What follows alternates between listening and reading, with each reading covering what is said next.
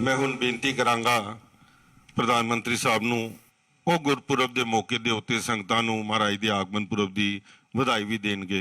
ਵਾਹਿਗੁਰੂ ਜੀ ਕਾ ਖਾਲਸਾ, ਵਾਹਿਗੁਰੂ ਜੀ ਕੀ ਫਤਿਹ।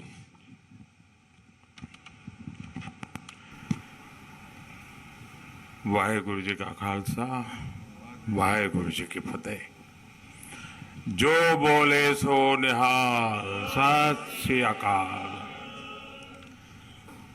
गुरु पर्व के पवित्र पर्व के इस आयोजन पर हमारे साथ उपस्थित सरकार में मेरे सहयोगी श्री हरदीप सिंह पुरी जी, श्री जॉन बारला जी, राष्ट्रीय अल्पसंख्यक आयोग के चेयरमैन श्री लालपुरा जी, सिंह साहब भाई रणजीत सिंह जी, श्री हरमत सिंह कालका जी और सभी भाइयों बहनों, मैं आप सभी को और सभी देशवासियों को गुरु पर्व की, प्रकाश पर्व की ढेर सारी शुभकामनाएं देता हूं। आज ही देश में देव दीपावली भी मनाई जा रही है। विशेषकर काशी में बहुत भव्य आयोजन हो रहा है। लाखों दियों से देवी देवताओं का स्वागत किया जा रहा है। मैं देव दीपावली की भी हार्दिक शुभकामनाएं देता हूं। साथियों, आप सभी को पता है कि कार्यकर्ता के तौर पर मैंने काफी लंबा समय पंजाब की धरती पर बिताया है और उस दौरान मुझे कई बार गुरु पर्व पर अमृतसर में हरमिंदर साहब के सामने मत्था टेकने का सौभाग्य मिला है। अब मैं सरकार में हूं तो इसे भी मैं अपना और अपनी सरकार का बहुत बड़ा सौभाग्य मानता हूं कि गुरुओं के इतने अहम प्रकाश पर्व हमारी ही सरकार के दौरान आए। हमें गुरु गोविंद सिंह जी के 350वें प्रकाश पर्व मनाने का सौभाग्य मिला। हमें गुरु तेग बहादुर जी के 400वां प्रकाश पर्व मनाने का सौभाग्य मिला। और जैसा अभी बताया गया, लाल किले पर तो बहुत एक ऐतिहासिक और पूरे विश्व के एक संदेश देने वाला कार्यक्रम था। 3 साल पहले हमने गुरु नानक देव जी का 550वां प्रकाशोत्सव भी पूरे उल्लास से देश और विदेश में मनाया है। साथियों, इन विशेष अवसरों पर देश को अपने गुरुओं का जो आशीर्वाद मिला, उनकी जो प्रेरणा मिली, वो नए भारत के निर्माण की ऊर्जा बढ़ा रही है। आज जब हम गुरु नानक देव जी का 553वां प्रकाश पर्व मना रहे हैं तो ये भी देख रहे हैं कि इन वर्षों में गुरु आशीर्वाद से देश ने कितनी ऐतिहासिक उपलब्धियां हासिल की है। साथियों, प्रकाश पर्व का जो बोध सिख परंपरा में रहा है, जो महत्व रहा है, आज देश भी उसी तन्मयता से कर्तव्य और सेवा परंपरा को आगे बढ़ा रहा है। हर प्रकाश पर्व का प्रकाश देश के लिए प्रेरणा पुंज का काम कर रहा है।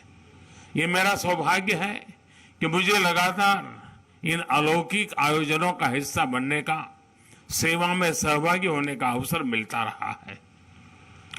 गुरु ग्रंथ साहब को शीश नवाने का ये सुख मिलता रहे, गुरुबानी का अमृत कानों में पड़ता रहे और लंगर के प्रसाद का आनंद आता रहे, इससे जीवन के संतोष की अनुभूति भी मिलती रहती है और देश के लिए, समाज के लिए समर्पित भाव से निरंतर काम करने की ऊर्जा भी अक्षय बनी रहती है। इस कृपा के लिए गुरु नानक देव जी और हमारे सभी गुरुओं के चरणों में जितनी बार भी नमन करूं वो कम ही होगा। साथियों, गुरु नानक देव जी ने हमें जीवन जीने का मार्ग दिखाया था। उन्होंने कहा था, नाम जपो, कीरत करो, वंड छको, यानी ईश्वर के नाम जप करो, अपने कर्तव्य पर चलते हुए मेहनत करो और आपस में मिल बांट करके खाओ। इस एक वाक्य में आध्यात्मिक चिंतन भी है, भौतिक समृद्धि का सूत्र भी है और सामाजिक समरसता की प्रेरणा भी है। आज आजादी के अमृत काल में देश इसी गुरु मंत्र पर चलकर 130 करोड़ भारतवासियों के जीवन कल्याण की भावना से आगे बढ़ रहा है। आजादी के अमृत काल में देश ने अपनी संस्कृति, अपनी विरासत और हमारी आध्यात्मिक पहचान पर गर्व का भाव जागृत किया है। आजादी के अमृत काल को देश ने कर्तव्य की पराकाष्ठा तक पहुंचाने के लिए कर्तव्य काल के रूप में माना है और आजादी के इस अमृत काल में देश समता, समरसता, सामाजिक न्याय और एकता के लिए सबका साथ, सबका विकास, सबका विश्वास और सबका प्रयास के मंत्र पर चल रहा है।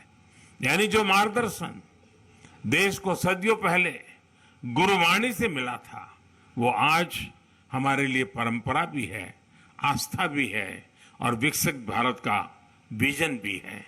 साथियों, गुरु ग्रंथ साहब के रूप के हमारे पास जो अमृत वाणी है, उसकी महिमा, उसकी सार्थकता समय और भूगोल की सीमाओं से परे है।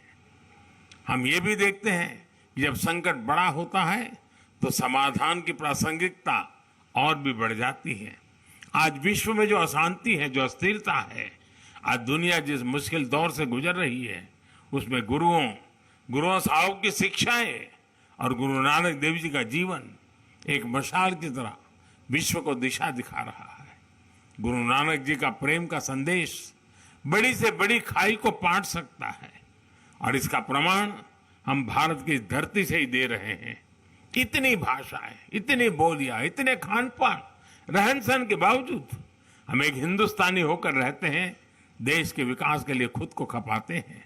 इसलिए हम जितना अपने गुरुओं के आदर्शों को जिएंगे, हम जितना आपसी विभेदों को दूर करके एक भारत श्रेष्ठ भारत की भावना को मजबूत करेंगे, हम जितना मानवता के मूल्यों को प्राथमिकता देंगे, हमारे गुरुओं की वाणी उतनी ही जीवंत और प्रखर स्वर से विश्व के जन जन तक पहुंचेगी। साथियों, बीते 8 वर्षों में हमें गुरु नानक देव जी के आशीर्वाद से सिख परंपरा की गौरव के लिए निरंतर काम करने का अवसर मिला है और ये निरंतरता लगातार बनी हुई है। आपको पता होगा, अभी कुछ दिन पहले ही मैं उत्तराखंड माणा गांव गया था। इस यात्रा में मुझे गोविंद घाट से हेमकुंड साहब के लिए रोपवे प्रोजेक्ट के शिलान्यास का सौभाग्य मिला।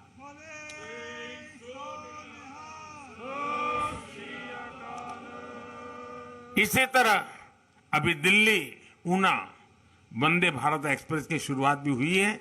इससे आनंदपुर साहब जाने वाले श्रद्धालुओं के लिए एक नई आधुनिक सुविधा शुरू हुई है।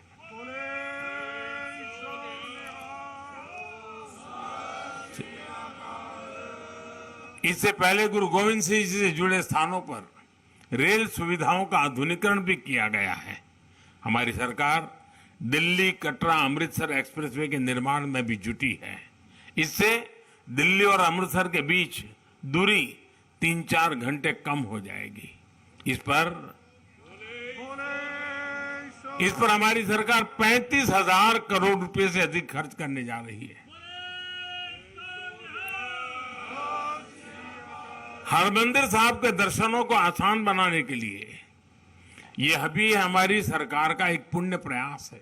और साथियों, ये कार्य केवल सुविधा और पर्यटन की संभावनाओं का विषय नहीं है, इसमें हमारे तीर्थों की ऊर्जा, सिख परंपरा की विरासत और एक व्यापक बोध भी जुड़ा है।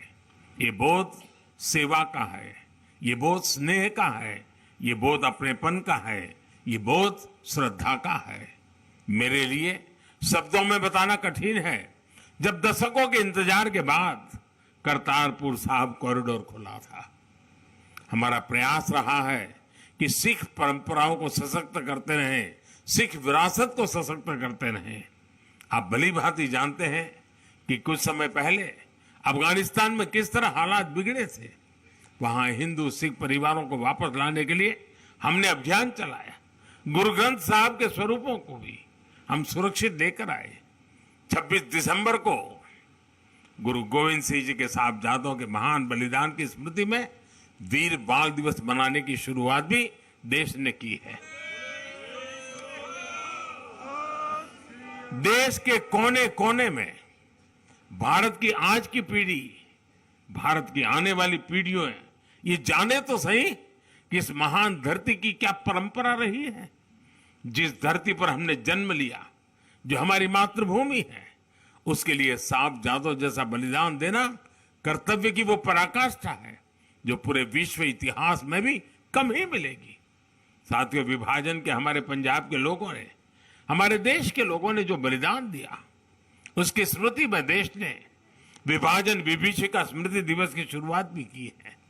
विभाजन के शिकार हिंदू सिख परिवारों के लिए हमने सीएए कानून बनाकर उन्हें नागरिकता देने का भी एक मार्ग बनाने का प्रयास किया है।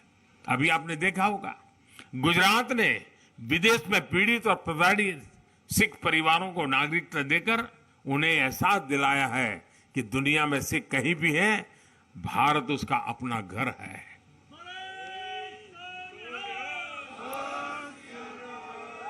गुजरात का मुख्यमंत्री रहते हुए मुझे गुरुद्वारा कोट लखपत साहब के जीर्णोद्धार और कायाकल्प का सौभाग्य भी मिला था।